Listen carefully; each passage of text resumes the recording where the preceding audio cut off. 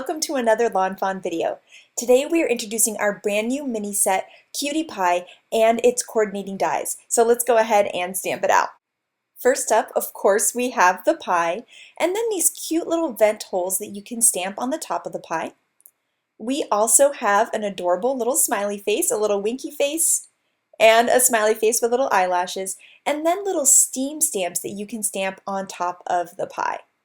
We have this great sentiment, Hi Cutie Pie, and then we have a Happy Thanksgiving, and those two are separate so that you can stamp them stacked or straight, and of course we have an exclamation point that you can add to the end of your phrases.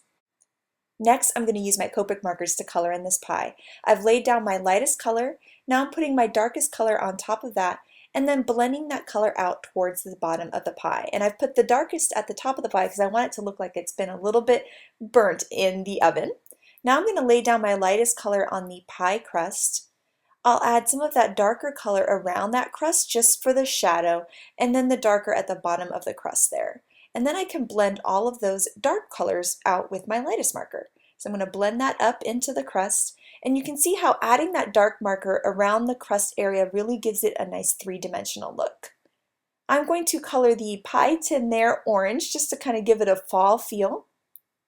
You can see just adding a little shadow right underneath that pie crust. Now here are my coordinating dies, which I can bend apart at the tabs or use my wire snips to separate. I'm going to line it up with my stamped image, use some post-it note tape to hold it in place, and then I can run it through my die cut machine and have a perfectly cut image. I love that there are dies for the little steam things because it really gives it a nice little three-dimensional look. Now here I've gone ahead and cut two stripy backdrops from some craft paper.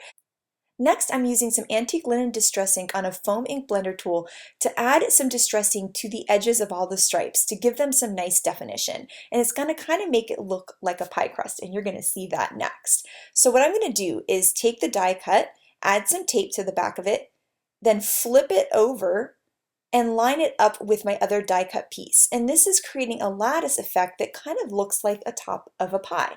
Then I'm going to add some more tape to the back of that and line that up on another piece of craft cardstock to fill in that area and really make it look like a pie. I'm taking a 4-bar stitch rectangle here and I'm running it through my die cut machine. And this is 3 layers of cardstock, which is a lot of cardstock. So I'm going to use my X-Acto knife here to finish out the cut on the back piece of cardstock. Then I'm going to take that foam ink blending tool and just add all of that inking on the outside too, just to make it all look nice and seamless. Here I have a scalloped circle and a cross stitch circle that I'm going to cut from some noble fir and sunflower cardstock.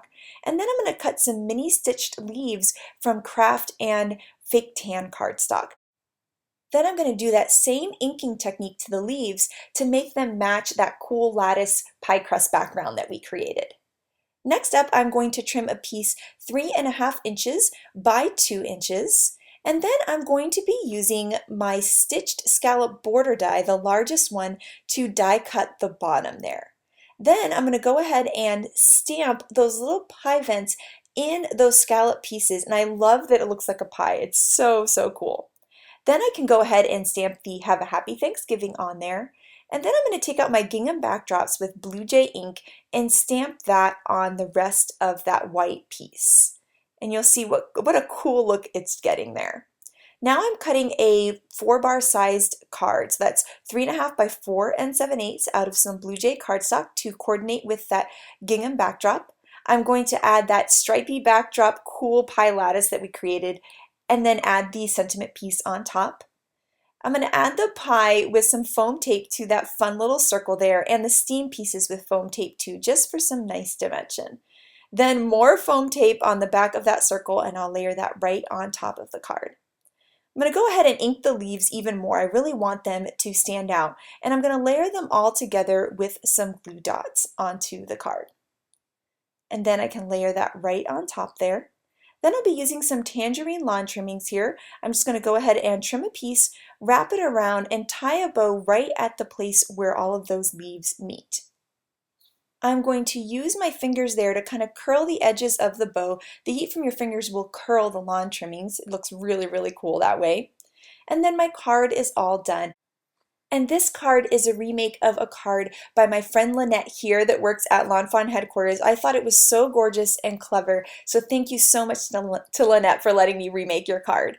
So I cannot wait to see what kind of cool things that you guys do with Cutie Pie. So thank you so much for watching and have an absolutely amazing day. Bye!